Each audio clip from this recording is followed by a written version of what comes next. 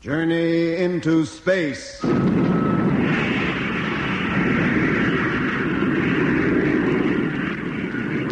BBC presents Jet Morgan in Operation Lunar.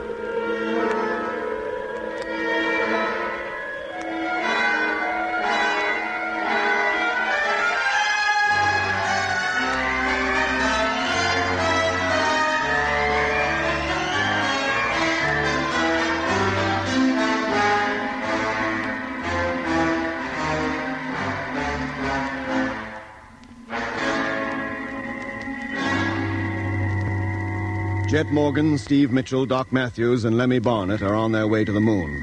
Shortly after takeoff, they lost contact with Earth and didn't regain it for 27 hours. Then, nearly 2 days later, a small meteor struck the ship, and Jet Morgan, after putting on his spacesuit, went out through the airlock to inspect the damage. Fortunately, it was slight, but Jet was so awed by the sight of the universe around him that he asked Mitch and Lemmy to join him. Lemmy, impressed by the novelty of being able to walk right round the ship's exterior, wandered to the other side and out of sight of his companions. And then strange sounds were heard over his radio. Immediately, Lemmy began to call to Jet and Mitch, but they didn't hear him. Then, as something like near panic took hold of Lemmy... Jet! Jet! The sound stopped, and Jet heard him.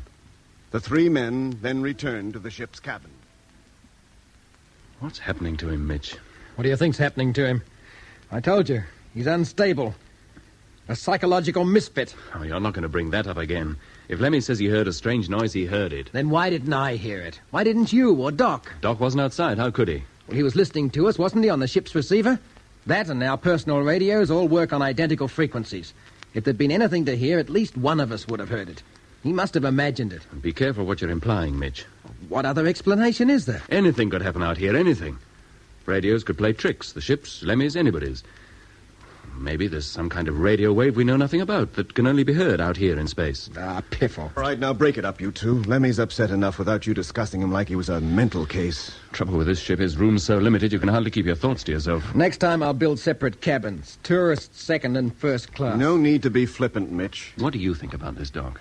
I don't know what to think. At first, I was inclined to agree with Mitch. Say, Lemmy's imagining things. And who could blame a man for that out here? But Lemmy's not that type. Besides, he says the sound was the same as we all heard just before we contacted base, remember? Atmospherics. What, on this equipment? It wasn't atmospherics, Mitch. That radio picked up something, no doubt about that. You mean it might have been transmitted? Could have been. You'll be saying it came from the moon next. Why not? There's no life on the moon. How do you know? Have you been there? Oh, for heaven's sake, Jet, what's got into you? Any elementary textbook on astronomy will prove there's no life on the moon. Will it also tell you what lies on the other side of the moon? Well, of course not. No man has ever seen it. But how can it be any different from this side? It must be much the same. But you can't prove it, Mitch. And you can't explain the behavior of the radio, being out of action for so long, then picking up those weird sounds just before control came through. Are you two trying to say that there's life, civilizations maybe, on other planets? We're not saying there is or there isn't. But you can't rule out the possibility. I can. I'll believe it when and if I see it. Until then, I'll be guided by the known facts. That life on any planet other than Earth is most unlikely. Why should the Earth be singled out? Why should such an infinitesimally small part of the universe be unique? For the same reason that you are unique. You, everything about you, is a lucky combination of circumstances. I can't agree. Whether you agree or not is beside the point. Look, the question in hand at the moment is Lemmy. Oh, I can hear you. Well, for a start, we'll have to make a rule that he doesn't go outside the ship again. Well, there'll be no need for anyone to go outside again. The chances of another meteor hitting us are 1,000,000 to 1 against. I don't mean while we're still coasting. I mean from now on. Even after we've touched down on the moon. You mean you'd let him go all that way and then deny him the right even to step outside? Yes. Unless I can be 100% sure we won't get a repeat performance of what happened half an hour ago. I won't do it to him. Neither will I. But I tell you, Lemmy's unstable. I can still hear you. Look, Mitch, you're being unreasonable. More than unreasonable. I just want to be sure that nothing wrecks this project. That's more important to you than anything. Or anyone, isn't it? You're darn right it is. Sorry, Mitch, but Lemmy carries on as was arranged. What happened outside is going to make no difference. All right. I'll consider myself overruled. If I listen to you two much longer, I'll think you've all gone crazy. 22nd October, 1965. It is now 3 Earth days, 7 hours, and 6 minutes since takeoff.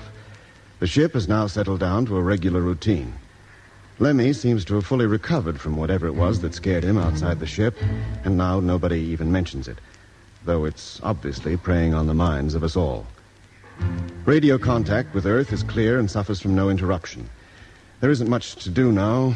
Every man takes his watch. Lemmy plays his mouth organ, Mitch studies his tables, Jet reads his book, and I keep this diary. Our speed is now very slow, not more than 50 miles an hour, and dropping every second. Soon the most exciting, the most dangerous part of our journey will be on us.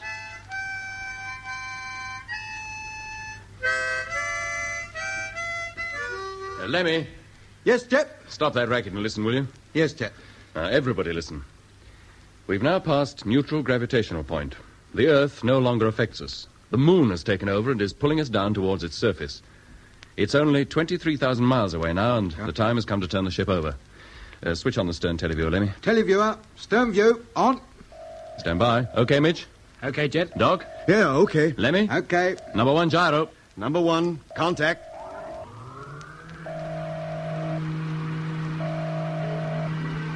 Watch the screen, Lemmy. Nothing happening yet. Oh, yes, now it is. 1 degree, 2 degrees, 3 degrees, 4 degrees.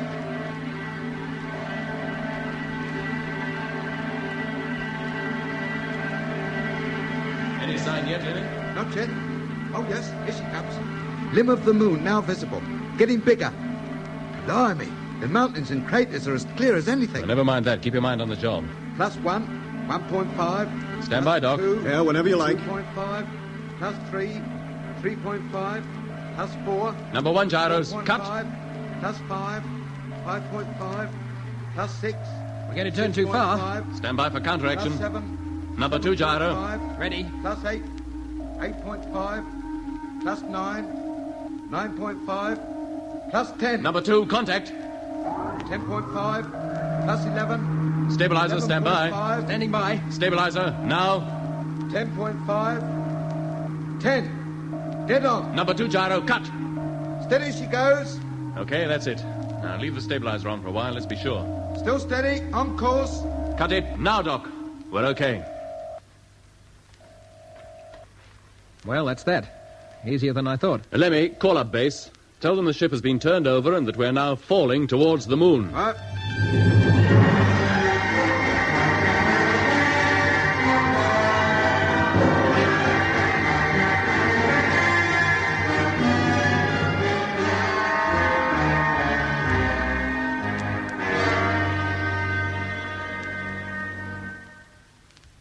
How far now, Jet? 1,000 miles. Getting close? Yes, very close. Now, it's about time we began preparing for landing. Everybody onto your couches and strap yourselves in. Sure Yeah. thing, Jet. Let's hope we don't hit her too hard. Yep, safety straps fastened. Me too. Safety strap's okay. Then position your control panels. Number 1 panel in position. Number 2. Number 3. 4, okay. Mitch, stabilizer. Stabilizer, ready. Contact. Lemmy, course. Spot on. Doc, height. 930 miles. Shock absorbers ready. Yes, Jet. Let's hope they stand the concussion. They will. Contact. 910 miles. Still some way to fall yet. Now, let's all relax. Gravity conditions will return as soon as the motor is cut in. Now, don't let the shock take you by surprise. 900. Blimey, and it's jagged. We got to land on that lot. No, Lemmy, they're the mountains that surround the bay. Where we're landing is much smoother. Better be. Height, 895. Landing area, still spot on. 890. Nearly there. Here, what's that? What's what? Quiet, Lemmy. 880. But I can What is hear. it, Lemmy? 875. Nothing, Jet. It's the excitement. Lemmy, what's wrong? Nothing, I'll tell you. Take no notice. 870. Stand by. I'm going to cut in the motor. Landing area, spot on. Lemmy, pull yourself together. 865. 860. 855. 850. Contact.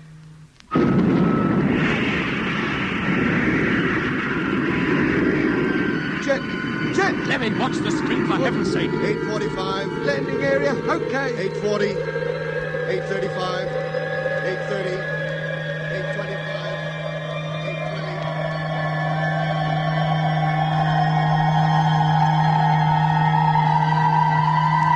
2.5. 2.25.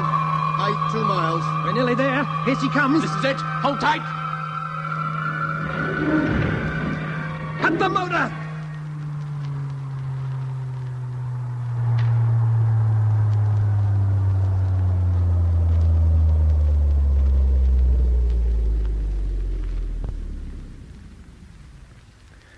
Gentlemen, we're on the moon.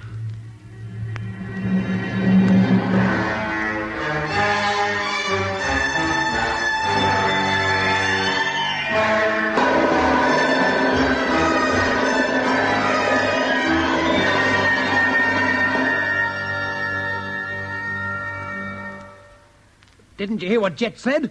We just landed on the moon. Doc, Lemmy, I heard him. Yeah, so did I. doesn't that mean anything to you?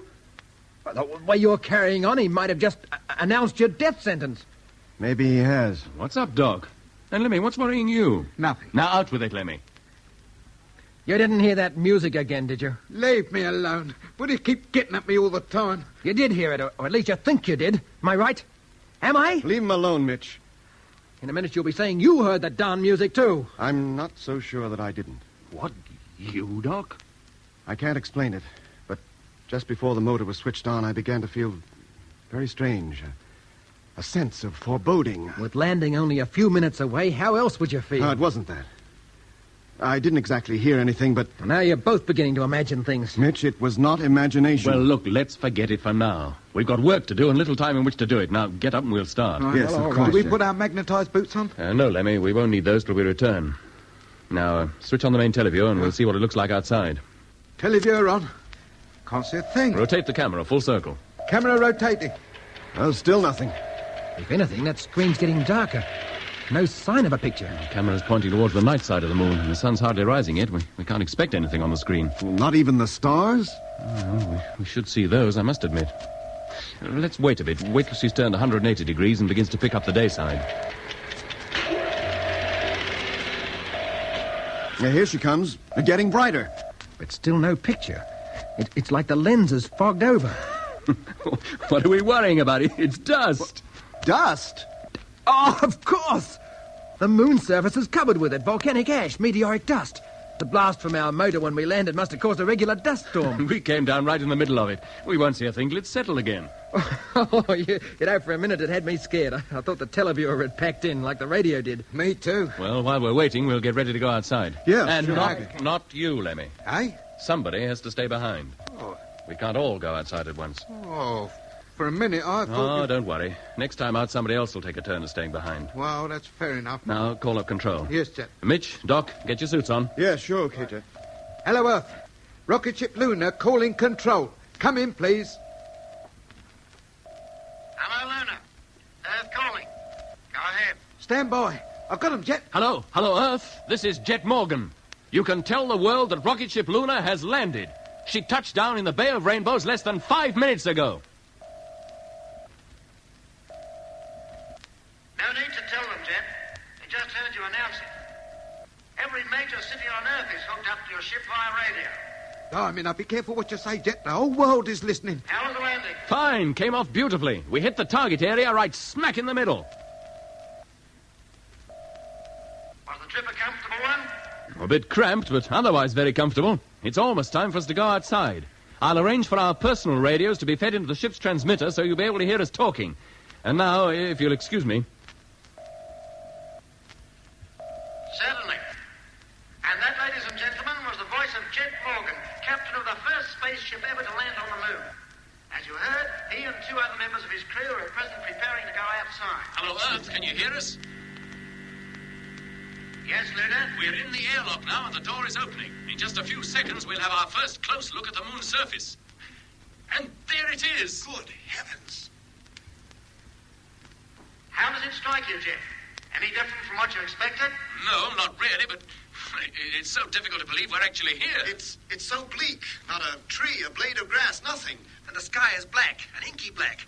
The barrenness is hard to believe. Not the slightest sign of life anywhere. Nothing but the rocks and dust glaring in the sun. And deep black shadows which are sharper and harder than any seen on Earth. It's almost a monochromatic world, like an old-fashioned sepia photograph. Can you see the Earth? No, we won't see it until we've left the ship and have climbed down onto the moon's surface. Put out the ladder, Lemmy. We'll go down now. Ladder. Contact. How's that? Fine. All right, Doc. You first. No, Jet. Let Mitch go. Thanks, Doc. I won't forget this. I feel so light and I want to let go and float down. No, Mitch. Don't take any risks. Take it easy. Well, I made it. How's it feel? Fine, except that I'm ankle deep in dust and, hey, be careful how you walk. I don't think there's a really flat spot anywhere. Down you go, Doc. I can see the Earth now, Jet. Come on, come and look. Give us a chance to get down first. It's so easy to walk. Everything seems so light. Hello, Earth. We can see you now. A great ball in the sky, about 4 times the size that the moon looks from the Earth. And like the moon, the Earth is passing through a phase. Less than half of it's illuminated. Can you make out the seas and the continents? Africa and Europe are facing us now.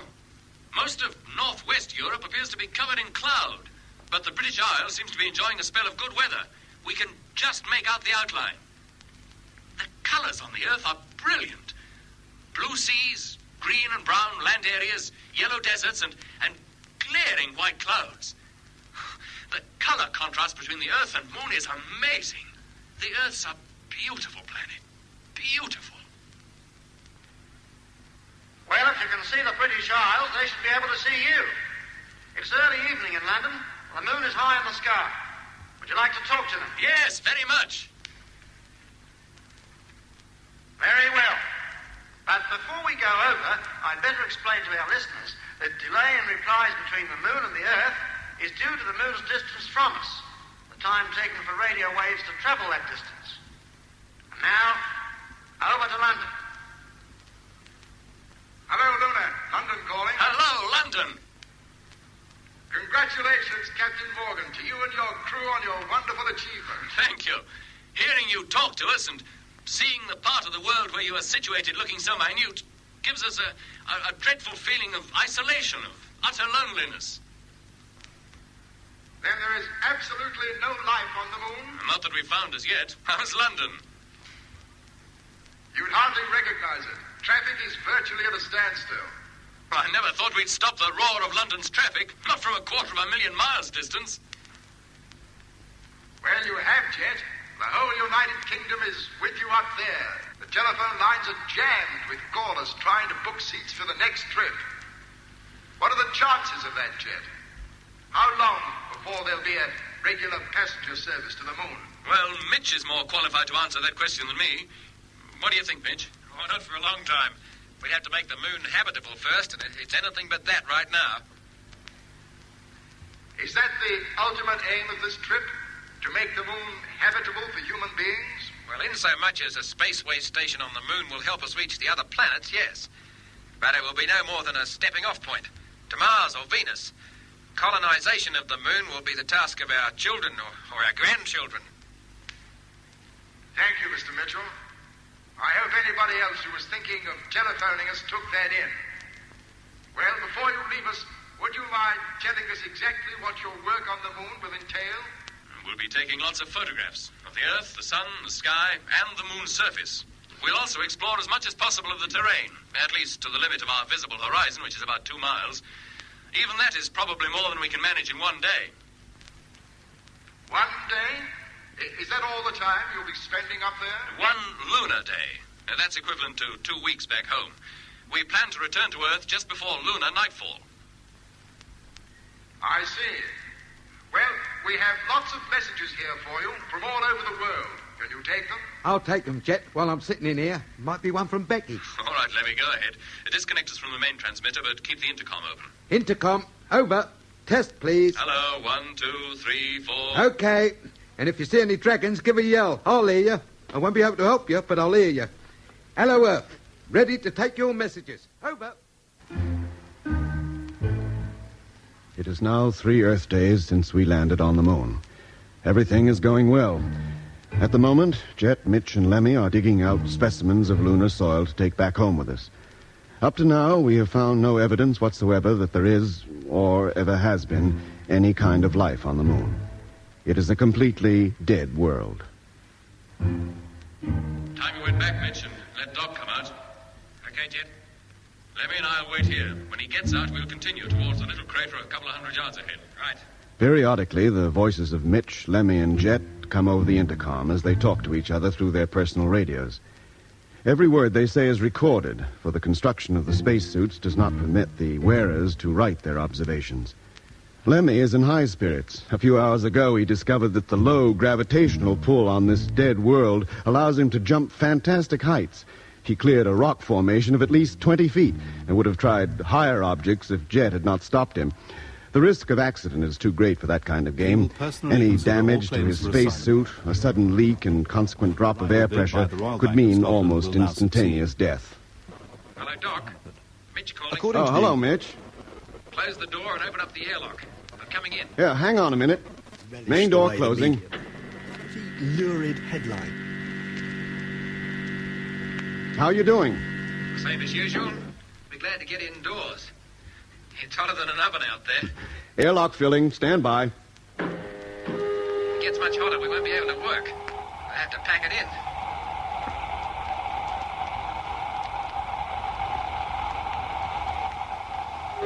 in. Air pressure maximum. You can remove your helmet now. Thanks, Doc. Hatch opening.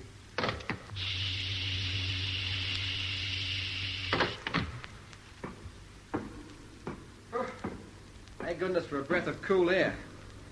Anything to report? No. What have you been doing with yourself? Oh, keeping up my diary. Maybe you should put your mind on modifying these spacesuits. Huh? Find some way of getting rid of the moisture. I'm ankle deep in perspiration. Nothing much I can do about it now, Mitch. It'll have to wait till we get back home. Well, get down into the torture chamber and I'll let you out. Yeah, okay. Jet and Lemmy are waiting for you 200 yards north of the crater. Here comes the doc now, Jet. Hello, Doc. Ready for another digging session? Oh, is that what it's going to be? We'll take a few photographs of the crater first, and then if we can, climb down into it and see what the floor's made of. Right. Doc, can you manage the surveying tackle? I can up here. Back on Earth, it would take 3 men my size just to lift it. Well, let's get going. We'll spend a couple of hours there and then go back to the ship for a meal. What? Hey! Hey, listen. Wait a minute. What is it, Lemmy? The music.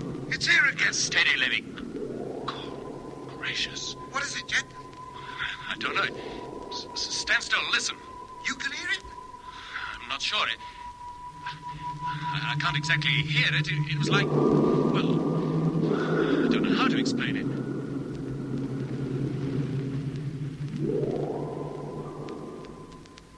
Wasn't exactly like last time. Not so loud. But just as creepy. Scares me stiff. Did you hear it, Doc? Yes, Lemmy, I did. And it... Jet, the crater. Look, quick. What is it, Doc? Something moved in there. I swear it did. Something moved? Yes. Impossible. I only caught a glimpse of it, but it was there, I tell you. You wait here. I'll go and look. No, Jet. There is nothing on the moon that can move of its own free will. Then why can't we all go? No, Lemmy. You and Doc wait here. If it's all right, I'll tell you. Then you can come on. Hello. Hello. What's the trouble? I wish we knew, Mitch. We heard that noise again. Not just Lemmy this time, all 3 of us. Did you hear it? Are you sure you did? Of course I'm sure. And on top of that, I saw something move in the crater. Ridiculous. I tell you, I saw it. Jet's just gone to... Hey, Doc! What? Where's Jet? What? Not a second ago, he was standing on that crater's rim. Now he's not. He must have fallen in. Hello, Jet. Jet, Doc calling. Can you hear me? Jet. Yeah. He doesn't answer. Let's get over there. He must have hurt himself. Quick. If he's punctured his suit, he's as good as done for. Now, can you see him, Lemmy? He must be lying somewhere on the crater floor. No, Doc. There's no sign of him. The crater's empty.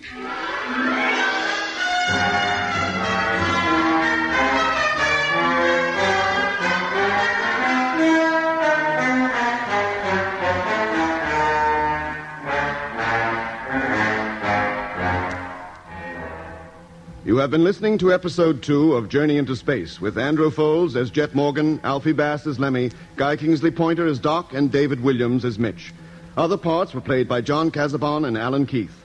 The orchestra was conducted by Van Phillips, who also composed the music. Journey into Space was written and produced for the BBC by Charles Chilton.